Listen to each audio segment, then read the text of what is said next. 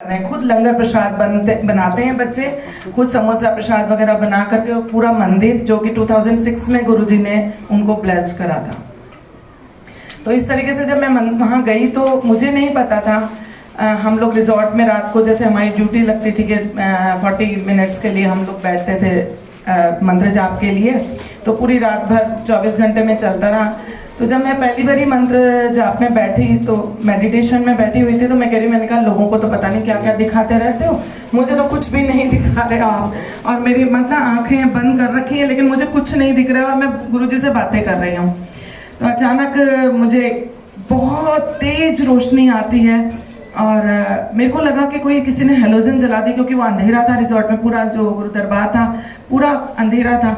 मुझे लगा किसी ने हेलोजन लगा दी। मैंने ऐसे चोरी करी और देखा लेकिन लाइट्स ऑन नहीं थी, और मैंने फटाफट आंखें बंद करी और फिर मैं देखती हूँ कि वो लाइट मेरे को इतनी परेशान कर रही थी कि मुझे समझ ही नहीं आ रहा था।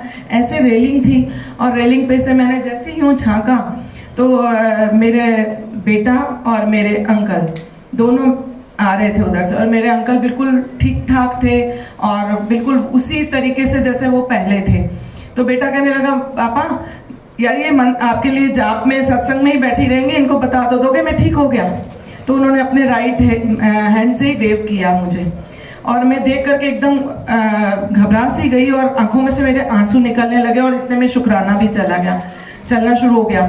शुक्राना होने के बाद मेरा रोना बंद ही नहीं हुआ। मैं जाकर के चुपचाप जब खत्म हो गया मेरा ड्यूटी, मतलब हम सत्संग से निकले और मैं दूर जाकर के बैठ गई और मैं रोती रोती चाय पी रही थी वहाँ।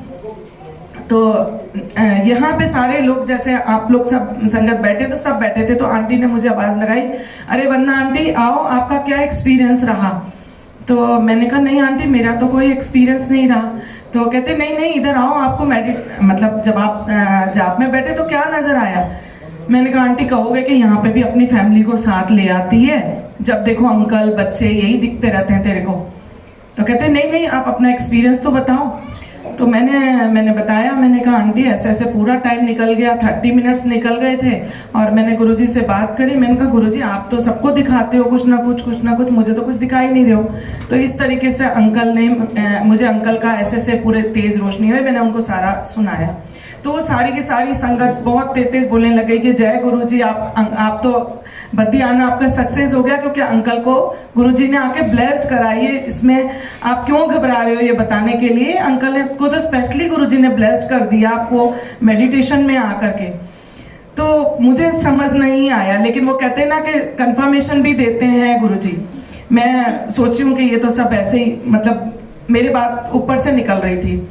तो 2-3 घंटे बाद 4 घंटे बाद कोई संगत पश्चिम विहार की थी, सरदारनी थी, वो ढूंढती हुई आई, कह रही वंदना आंटी कहाँ है, वंदना आंटी कहाँ है। तो मेरे किसी आंटी ने कहा कि ये रही। तो कहते की गल है आंटी तुसी की पर्ची लिखवा के ले आए हो अंकल कोलों कि अज स्पेशली कोई मतलब लैनी है तुसी ब्लैसिंग्स। मैंने आगे से कहा, मैंने कहा क्यों क्या हुआ। कहते मैं मेडिटेशन बैठी, गुरुजी कहते ने जा ओनू कह दे आंटी नू कि ओदे अंकल नू मैं ब्लेस्ड करता होया है, ओनू मैं ठीक करता है, ओनू हेल्थ देती है, ओन रोया ना करे। तो जब वो कंफर्मेशन हुई तो शायद मेरे को थोड़ा सा ऐसा लगा कि हाँ मेरे अंकल, उस टाइम तक अंकल को डॉक्टर्स ने कहा नहीं था कि बिल्कुल ठीक हो गए हैं या ठीक हो जाएंगे, वो करवट भी नहीं बदल सकते थे, मेमोरी भी उनकी लॉस थी। वो मुझे चाय करके बुलाते थे, मेरा नाम नहीं पता था, बेटे बहू का किसी का नाम नहीं था, कुछ मतलब A to Z, ना पढ़ाई ना कुछ, ना मोबाइल चलाना, कुछ याद नहीं था। तो वो पॉसिबल ही नहीं लग रहा था कि गुरुजी ये सब कुछ दिखा करके मुझे क्या करने वाले हैं। लेकिन जब मैं वहाँ से आई तो आकर के फिर थोड़ा सा सत्संग थोड़ा लंबा हो जाएगा, 2 मिनट का और है। तो मैं वहाँ से आई, आने के बाद फिर 2-3 दिन लगातार नीलम आंटी मुझे फ़ोन करती रही कि वंदना आंटी की गल है, बड़ा तुसी बद्दी अप्रोच लगा के गए हो गुरुजी दे नाल। मैं क्या क्यों, कहते जदों मैं दरबार ते बैठनी है सत्संग मंत्र जाप करनी है तुसी नाल बैठे होंदे हो, अंकल दी शक्ल मैनू नज़र आती, अंकल बैठे होंदे ने। मैं कहा आंटी पता नहीं, मैं तब भी मतलब अंकल आंटी का आज भी वॉइस मैसेज है। मैंने फिर अंकल 2 साल वहाँ पे हम सन सिटी में ही रहते थे, मैं अंकल को कहती थी कि सत्संग में चलो, लेकिन अंकल कभी नहीं गए। मैंने उनसे बहुत रिक्वेस्ट करी कि आप आज चलो, आंटी कह रहे हैं बार बार दरबार में आप नज़र आ रहे हो तो आप चलो। गुरुजी मतलब संगत जी, कहने और सुनने में फ़र्क है। वो सिर्फ वंदना आंटी और नीलम आंटी और मैं और गुरुजी तो जाननहार है। हम ऐसे उनको 2-3 जने पकड़ करके मत्था टिकाते थे। वो बैठ नहीं सकते थे और खड़े नहीं अपने आप हो सकते थे, तो हमने उनको पकड़ करके तीनों ने उनको मत्था टिकाया। मेरे बेटा और बहू भी थे, तो हम चारों पांचों ने बिठाया। वो थोड़ी देर बाद बेटा बहू तो चले गए, और जब उन्होंने फ़ोन करा बच्चों ने कि मम्मा बाहर आ जाओ, तो जब हम दोबारा मत्था टिकाने लगे, पता नहीं क्या हुआ कि जैसे ही एक मत्था टेक रहे थे, इतनी तेज कुल्ला मंडियाँ खा करके मेरे अंकल साइड में गिर गए। हम सब तीनों के तीनों बोलने लगे, जय गुरु जी, जय गुरु जी, जय गुरु जी। गुरु जी का हमने जल उनके ऊपर करा और उनको पिलाया, और वो अचानक खड़े हो गए।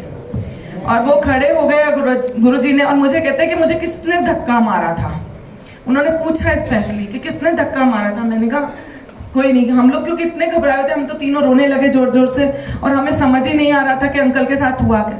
वो दिन हुआ, अंकल को गुरुजी ने ब्लेस करा, अंकल ठीक हो गए। वो बद्दी में जो दिखाया था वो सब कुछ ठीक था।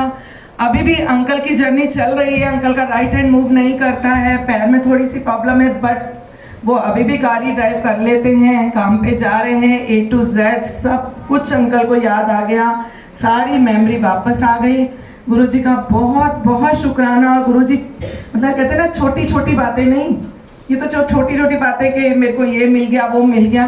गुरुजी सबसे ज़्यादा वो कहते हैं कि पहले हेल्थ देते हैं, और किस तरीके से देते हैं हम लोगों को समझ भी नहीं आती। तो शुक्राना गुरुजी, बहुत बहुत शुक्राना गुरुजी, आपका बहुत बहुत शुक्राना।